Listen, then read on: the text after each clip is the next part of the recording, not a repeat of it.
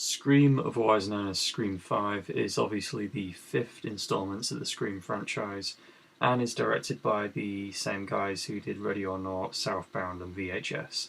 So, Scream is a movie I've been wanting to see for a couple of months now. From the trailer, it looked really great. With bringing back all of the old characters such as Dewey and Skeet Ulrich.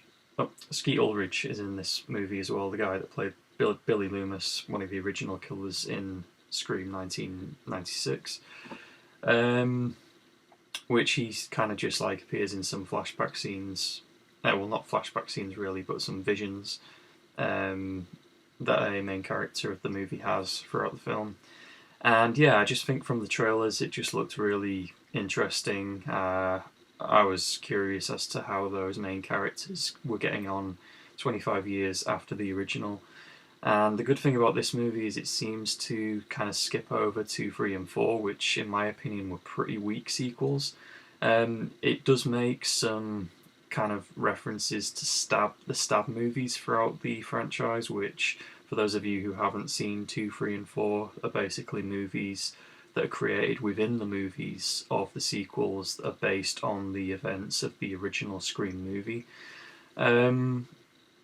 This one had a lot of potential, and that was something that really intrigued me. So basically, the movie is based around this character called Sam, who is the, spoiler alert, the daughter of one of the original killers, Billy Loomis. And she's kind of living with the guilt of what her father did. And yeah, I find it really hard to believe that Billy had a daughter. Like, he was dating Sydney Prescott all throughout. Well, it seemed like he was dating her for quite a while, so it seems, when would he have had the time to have had a kid, But anyway.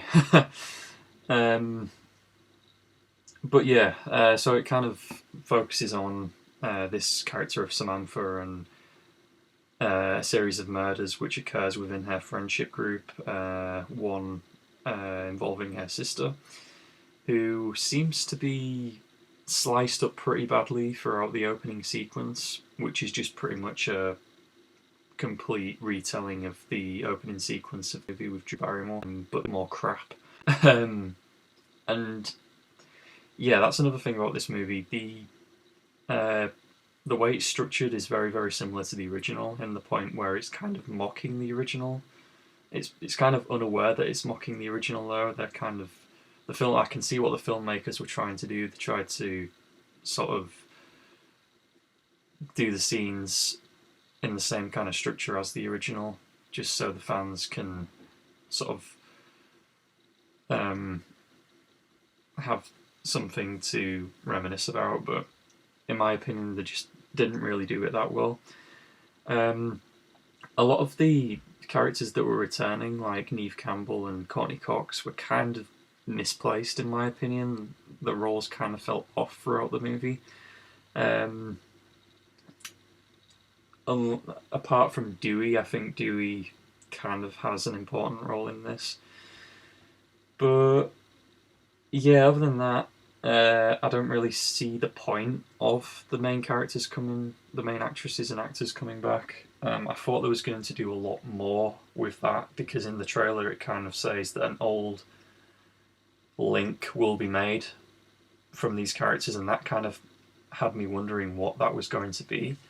The final reveal with the killers just was really disappointing, in my opinion. It just turned out to be some complete nobodies, which frankly is very disappointing, and it's a big fuck you to fans of the franchise, in my opinion, and to people that were getting all hyped up, wondering who this, killer behind the killings was going to be.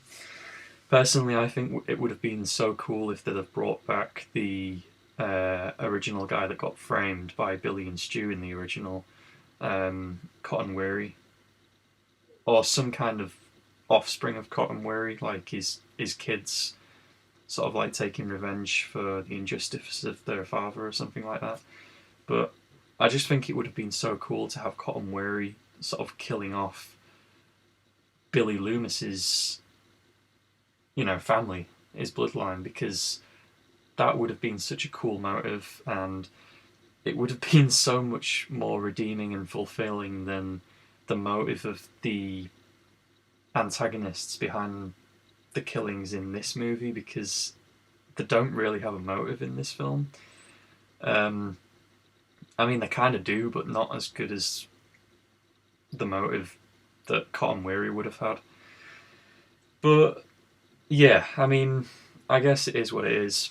It was a very, very unsatisfying ending, in my opinion, because I just had it in my mind that it was going to be Cotton Weary, but it just wasn't. Other than that, it's got a lot of really good blood splatter sort of moments, but in my opinion, not enough. There's not enough killings in this movie. There could have been way more deaths. A lot of the time, you think that characters are going to sort of die, and they don't. One of the main characters that plays the girl that gets slashed in the opening scene is just so fucking annoying. You think she's dead, and then she's in the hospital, and then this movie just makes no sense because she's got multiple knife wounds and she's lying in hospital, and then to the point where she can't even wheel herself in a wheelchair, and then throughout the film she manages to get by on crutches, which you think, how the fuck can you do that when you've been stabbed through the hand and you struggle to wheel yourself on a wheelchair? And then at the end of the movie, she's fucking taking out the antagonists like a fucking UFC fighter. And it's like this all happens in the same night, and you kind of wonder to yourself how the fuck she recovered in that time, but then you kind of got to remember that you're watching a Scream movie, which the kind of logic is people don't really die unless they get shot in the head. Because Courtney Cox's character in this movie gets shot in the side, and she kind of still walks around like it's nothing. Which, fair enough, but kind of takes away from the scariness if characters literally just don't die.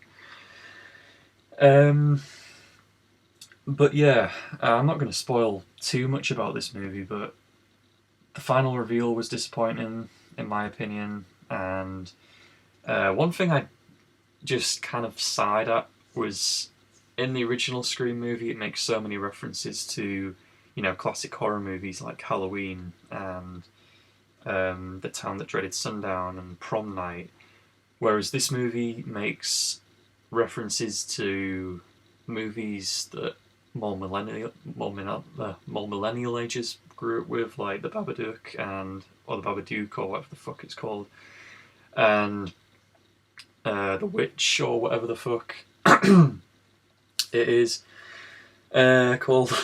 But yeah, I mean, that was just kind of disappointing, and it's sad because you know that a movie like this can't really reference movies like The Town That Dreaded Sundown, because a lot of the kids nowadays that are watching these movies wonder what the hell that is, or they just don't get the reference.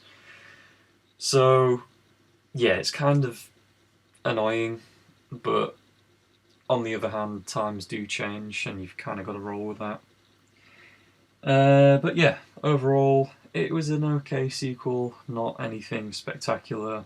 It does have a pretty sad moment in the film, which fans of the original won't really like too much, or they'll just get emotional about. But yeah, it is just a kind of a standard movie with all that aside. I don't think it's as good as Part 4. I didn't really like Part 2 and 3, but obviously the original still stands tall as being the best Scream movie. I knew going into this movie that was still going to be the case. But yeah, pretty good sort of popcorn flick, and I would highly recommend if you're a fan of the original. Please rate, comment, subscribe, and thanks for watching.